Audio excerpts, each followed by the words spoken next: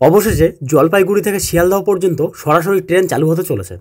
14 June Jalpaiguri road স্টেশনে এক অনুষ্ঠানের মাধ্যমে এই নতুন ট্রেনটি যাত্রা শুরু করবে।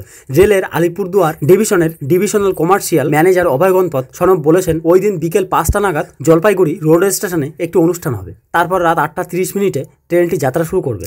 গত 25 ফেব্রুয়ারি রেল বোর্ড থেকে উত্তর পূর্ব সীমান্ত রেল এবং ইস্টার্ন রেলের জেনারেল ম্যানেজারকে নির্দেশ দেওয়া হয়েছিল শিয়ালদহ জলপাইগুড়ি রোড স্টেশনের মধ্যে একটি নতুন ট্রেন চালু করতে। সেই ট্রেনের রেক হিসাবে 22-317 এবং 22-318 শিয়ালদহ জম্মু তাওয়াই হামসাফার এক্সপ্রেসের রেক ব্যবহারের নির্দেশ দেওয়া হয়। জলপাইগুড়ির সাংসদ জয়ন্ত রায়ের উদ্যোগেই এই ট্রেন চালুর সিদ্ধান্ত নিয়েছিল রেল বোর্ড, কিন্তু তারপর দীর্ঘদিন পেরিয়ে গেলেও ট্রেনটি কবে থেকে চালু হবে তা নিয়ে মুখে কুলু পেটেছিলেন রেল কর্তারা। অবশেষে নির্দেশিকা 3.5 মাস পর এবারে চালু হচ্ছে ট্রেনটি। বিজেপি সাংসদ জয়ন্ত রায় বলেন, জলপাইগুড়ি একটি বিভাগীয় শহর। এখানে হাইকোর্টের circuit bench, polytechnic college, engineering college, বিশ্ববিদ্যালয়, সেকেন্ড ক্যাম্পাস সহ আরও অনেক কিছু হয়েছে এবং হচ্ছে।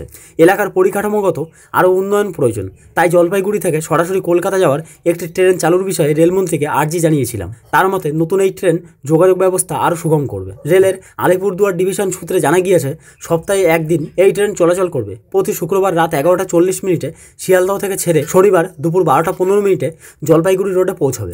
শনিবার রাত 8:30 জলপাইগুড়ি রোড থেকে ছেড়ে রবিবার সকাল 8:10 শিয়ালদহে পৌঁছবে। 19 কোচের এই ট্রেনে 16টি AC3 টিয়ার কোচ থাকবে। জেনারেল এবং স্লিপার কোচ এর সঙ্গে যুক্ত থাকবে কিনা তা চূড়ান্ত হতে 2 দিন সময় লাগবে বলে এক রেলকর্তা জানিয়েছেন। তো বন্ধুরা, এমনই নলেজেবল টাটকা আপডেটগুলি পেতে চ্যানেলটি সাবস্ক্রাইব করে পাশে থাকুন।